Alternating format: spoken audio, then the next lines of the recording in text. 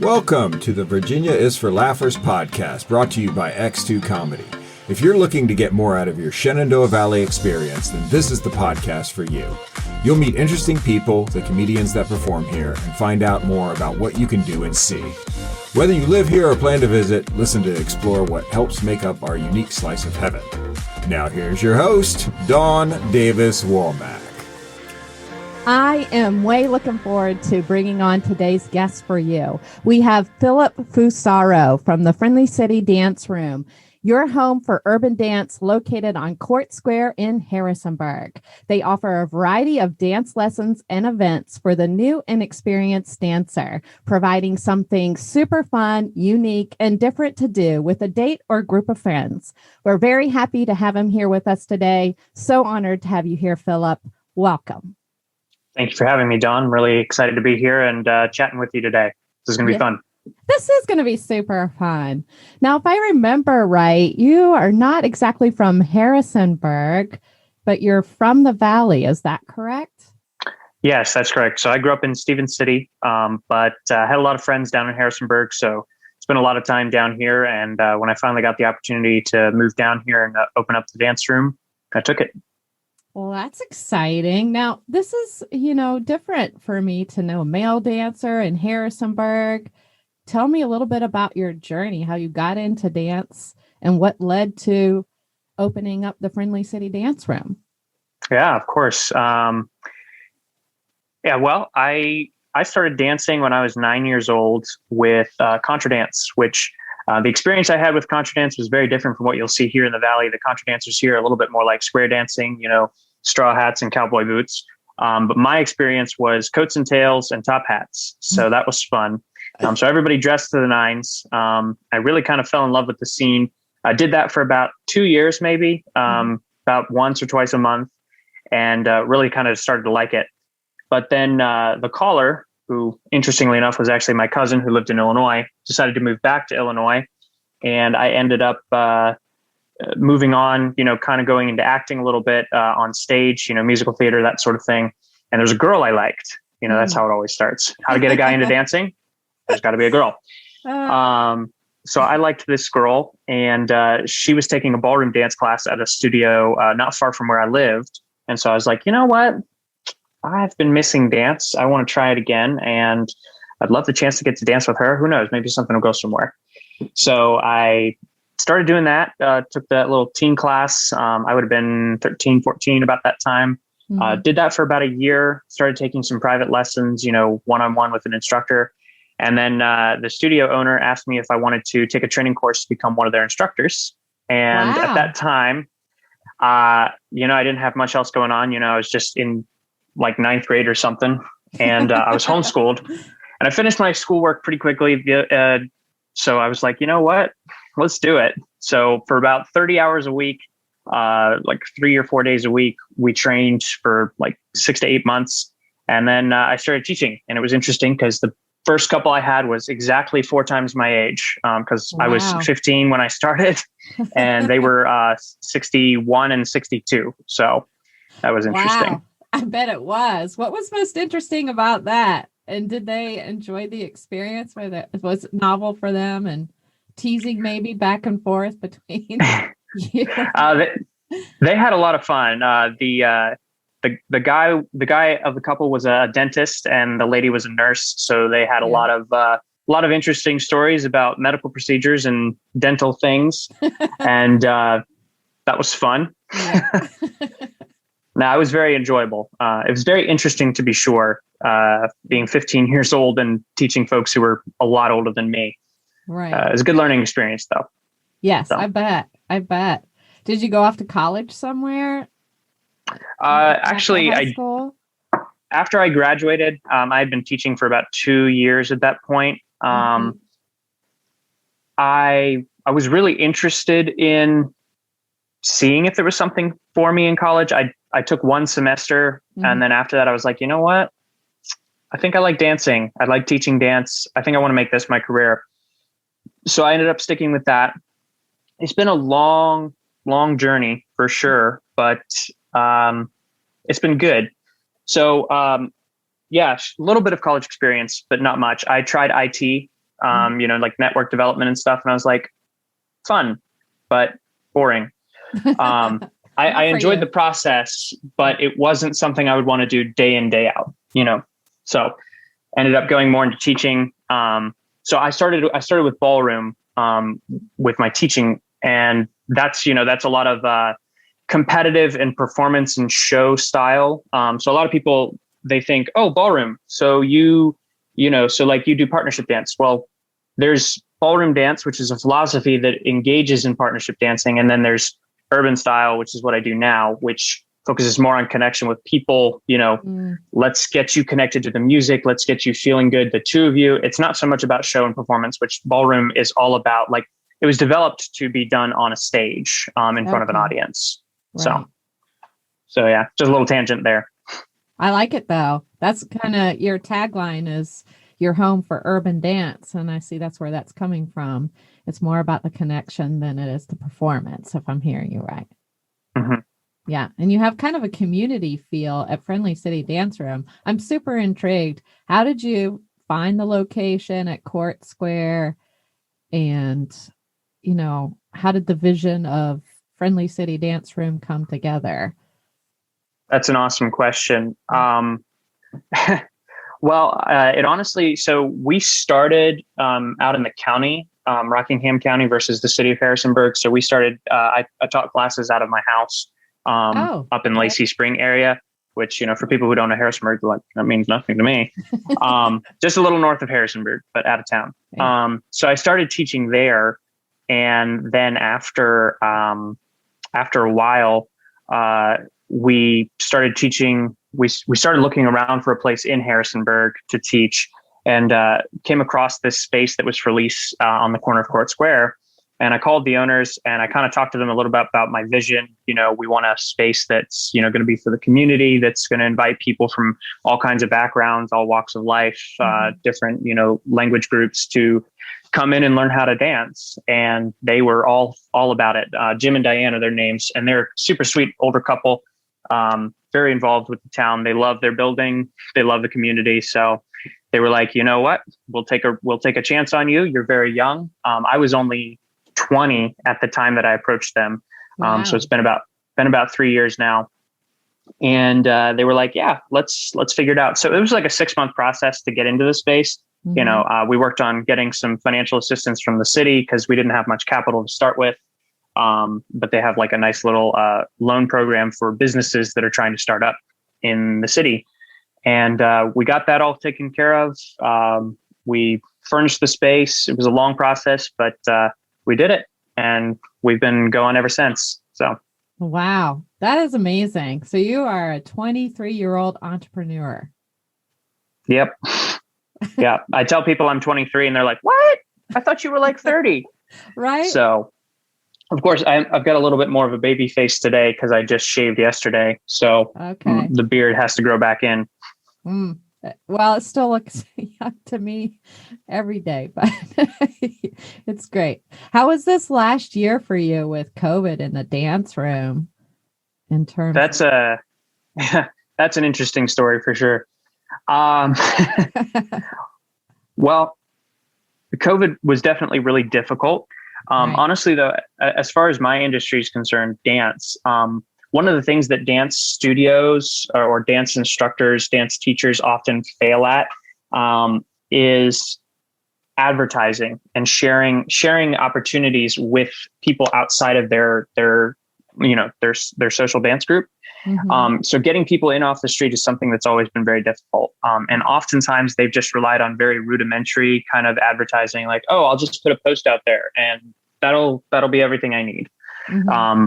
But COVID kind of forced, it was kind of either sink or swim for most in our industry. And thankfully we were some of the ones who swam.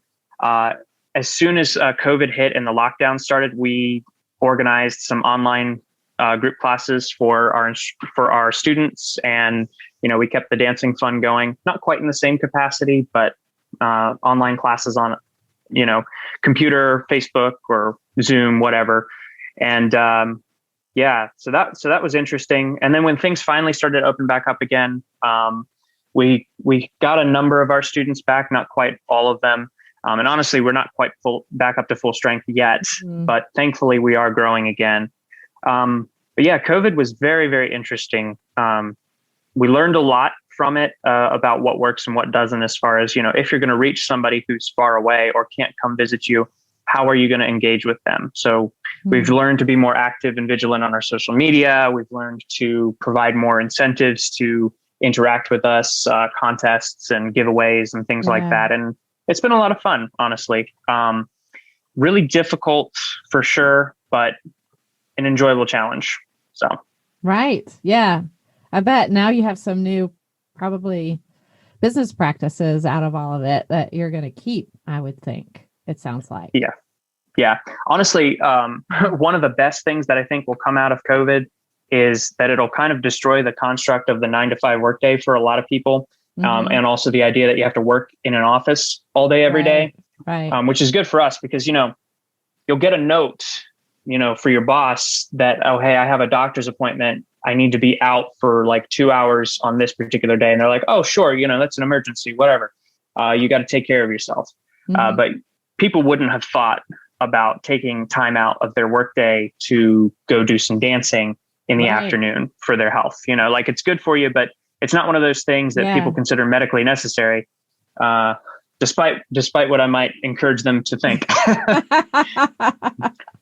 It is good for emotional well-being, I think, and physical well-being, because we are talking about movement and dance. So that's pretty exciting.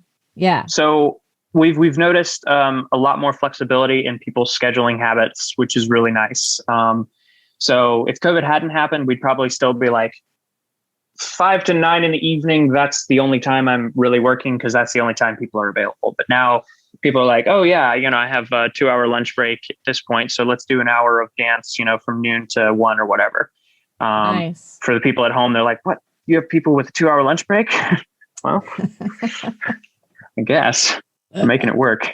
And so that's a bit European, right? They take siestas or 2-hour lunches, I think. I don't know, right? Something like that. I think the siesta is Mexican, but I'm not sure.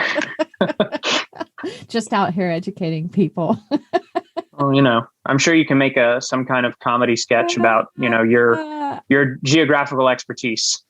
Exactly. Or lack thereof. Yeah. We first met when our church had a couples retreat, and part of the programming was bringing in the Friendly City Dance Room to give the married couples some dance lessons, which was pretty fun for my husband and I. Well, he wasn't so sure about it at first because I could rarely get him to dance except at the occasional wedding. And then he'll bust out his one move, which is the white man's overbite. So he wasn't sure about it, but he was game. And then he ended up winning the Best Rhythm Award. You were giving out a bunch of fun different awards. And we've gone and taken some more lessons at your dance room because of that. So I think that's pretty incredible how you all make everyone feel comfortable no matter what their level of experience is. Yeah, well, we really try to. This kind of goes back to my former experience with ballroom. One of the things that I noticed was sadly lacking. One, diversity, unfortunately. There's just not a lot of that in the ballroom world, or at least not as much as there could be. But also, there's just kind of this culture where it's like, hey, you've got to be the best, or you've got to be complaining about the people who are the best. There's not really it doesn't really foster like a friendly, like, wow, you are doing an amazing job. Like, you are growing. This is awesome. It's taking kind of the competitiveness that you find on the dance floor and taking it into the social interactions as well. And I really didn't like that. It was very draining, especially as an instructor, because I would see students of mine who should be friends, who ought to be connecting, and they just, they would have to tell me like, oh, so-and-so is being mean to me and I just don't feel very welcome here. And I'm like, this sucks. So yeah, it's definitely been one of our goals to make sure that people are welcome. And I'm glad definitely that you're, am I with you still? Yes, you are. It's Sorry nice about to that. see your logo, though. Yeah. Oh, yeah. Just Friendly City Dance Room. That's it. Shameless plug. I love it. Yeah. Sorry about that. Yeah, No. that's good. But yeah, I'm really glad, honestly, that you've had a good experience with us and your husband as well. He's a funny guy. Yep. So Yes. Yeah, definitely. Yeah. So I saw you. I was out having dinner with him. I was outdoor seating. I think, this was before COVID actually. And I saw you walking down the street and said, "Hey, we should get together and talk about X2 Comedy and Friendly City Dance Room doing an event together." And we met and came up with a really cool event. And then COVID happened, but we're still doing it. mm-hmm. We're still doing We may have pushed it back 6 months on several occasions, pushed it back like 2 months at a time, but yeah, we'll make it happen. It's going to be fun. It is going to be fun. Now, before we get into what that kind of looks like, which is pretty much going to be part dance lesson, part comedy show, the dance that people will be learning is Kizomba. Can you tell us a little bit about what Kizomba is and what people can expect? Mm-hmm. Of course. Well, the first thing for the audience members who are tuning into this, Kizomba is amazing. That's the first thing you need to know. Okay. The second thing is it is super easy. The steps are so basic.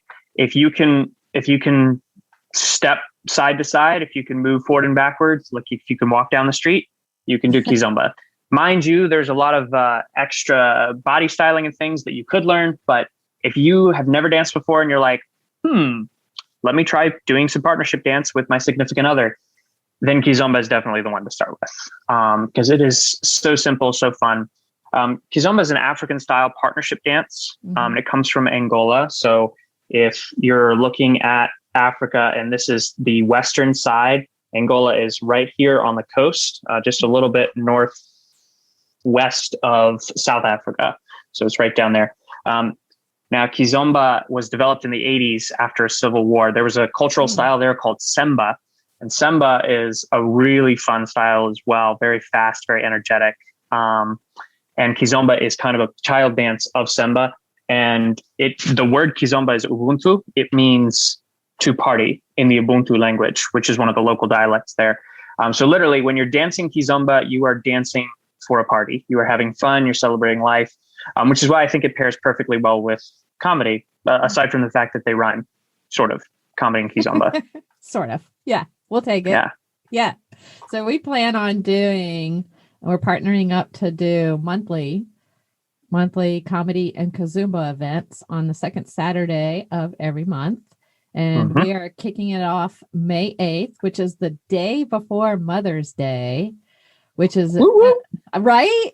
And by the way, makes an incredible gift, a unique experience gift you can give to the mom in your life. So we are super excited about that. And we're also having a special celebrity guest host, aren't we? We are. It happens to be my former NFL. Well, he's not my former son, but he is a former NFL player. And he will be there as our celebrity guest host. He's very charismatic and funny himself. So he will add a lot of Flavor Flav to the event. And then we're also going to have some brews. You want to talk about that a little bit?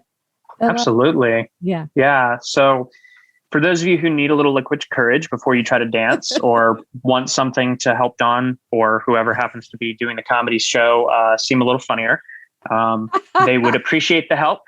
And that help will be provided by Restless Moons, which is a local brewery here in Harrisonburg. Super fun. Jeff is the owner, great guy.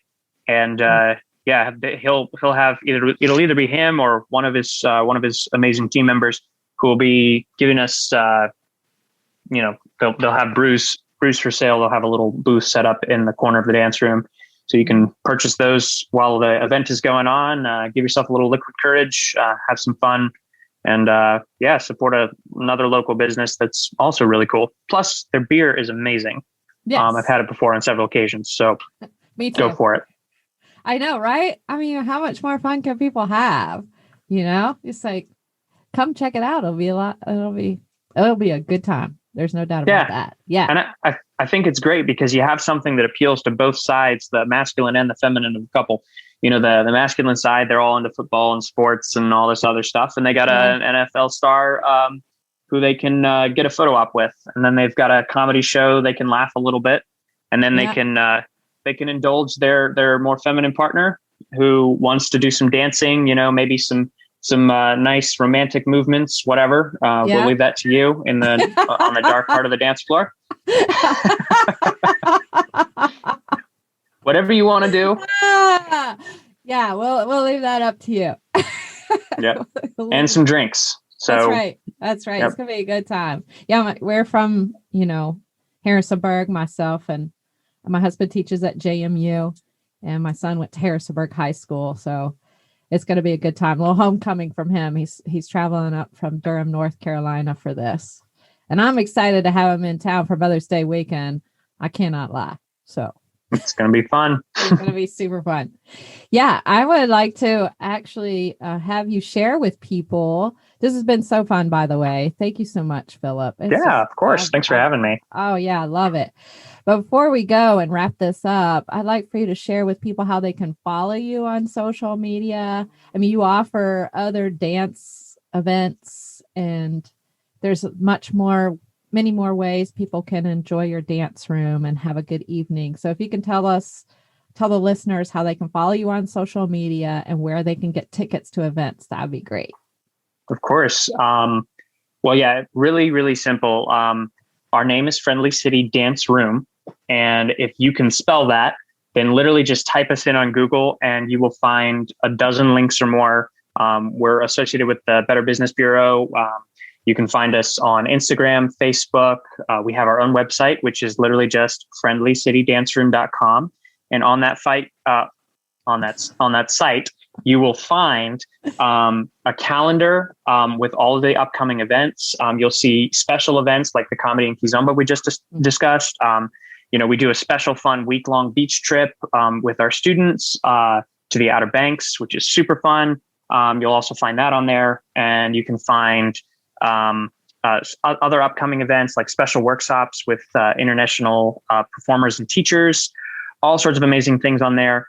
So friendlycitydanceroom.com, or you can literally just search Friendly City Dance Room on Facebook. We will come up. You will see us. Our logo is quite distinctive. And we also are on Instagram. It's literally friendlycity_dance room. And that's right on Instagram. We post stuff there. We let you know what's going on. So like we said earlier in this podcast, we try to make sure that everybody can see what's going on social media. We keep it going. So yeah, Instagram, Facebook, website, Google, you name it, we're probably there in some way, shape, or form. Even on Pinterest, though that one doesn't really have quite as much activity because we don't really have as big of a following. But we're there. So. You're there. You're present and available for a good time. Yes. Mm-hmm. I love it. This has been so great. Thank you so much, Phillip. Of course. Thank you. Yes. I look forward to doing these events with you, and listeners, definitely you want to take some time out if you haven't done this before and visit the folks at the Friendly City Dance Room. You will not be disappointed. That's for sure. Yep. Right. Well, thank you very much for having me. Yes. Thank you so much. We'll say bye to the listeners. Bye. Come dance sometime. Yes. Bye. Thanks for tuning in to this episode of the Virginia is for Laughers podcast, brought to you by X2 Comedy. We'll be dropping a new podcast every Wednesday at 4 p.m. Eastern Standard Time, so check back for another uplifting episode. Come to an X2 Comedy show or let us bring a show to you. To find out more, head to x2comedy.com. Be sure to share us with a friend. Until next time, cheers.